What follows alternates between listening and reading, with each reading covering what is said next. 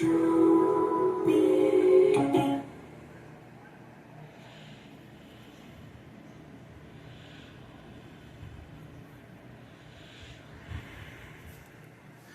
folks, that was the Tubi logo.